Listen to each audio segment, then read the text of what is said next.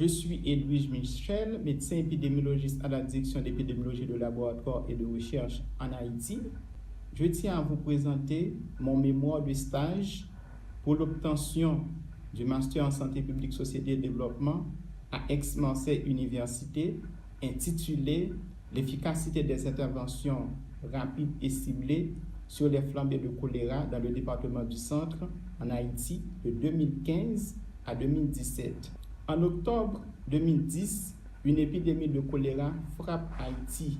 Jusqu'au 9 juin 2018, 818 343 cas et 9 771 décès ont été notifiés par le ministère de la Santé publique. Le ministère a adopté un plan d'élimination du choléra pour une période de 10 ans avec un budget élevé à 1,6 milliard de dollars américains. Le manque de financement l'oblige à adopter d'autres stratégies, comme la stratégie d'alerte et réponse aux flambées de choléra, dont notre étude propose d'évaluer l'efficacité de cette stratégie dans le département du Centre, de janvier 2015 à décembre 2017.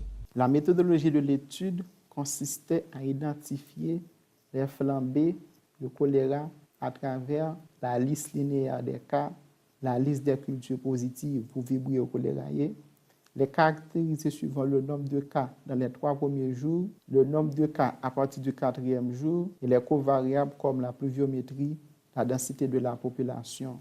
Les flambées ont été comparées avec un modèle mixte linéaire généralisé pour le nombre de cas à partir du 4e jour et par un modèle de Cox pour la durée des flambées, en utilisant les covariables, le nombre de cas dans les 3 premiers jours, le délai de réponse correct, la pluviométrie et la densité de la population.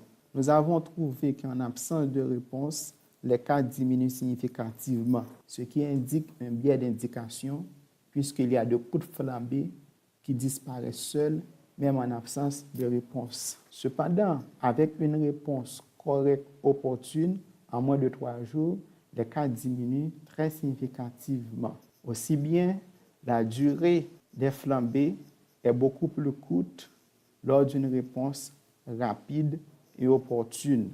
Nous pouvons conclure que les interventions rapides et ciblées ont un impact positif sur les flambées de choléra. Cette stratégie doit être poursuivie dans tout le pays en combinaison avec d'autres composantes comme l'eau et l'assainissement, la vaccination orale, la prise en charge adéquate des malades.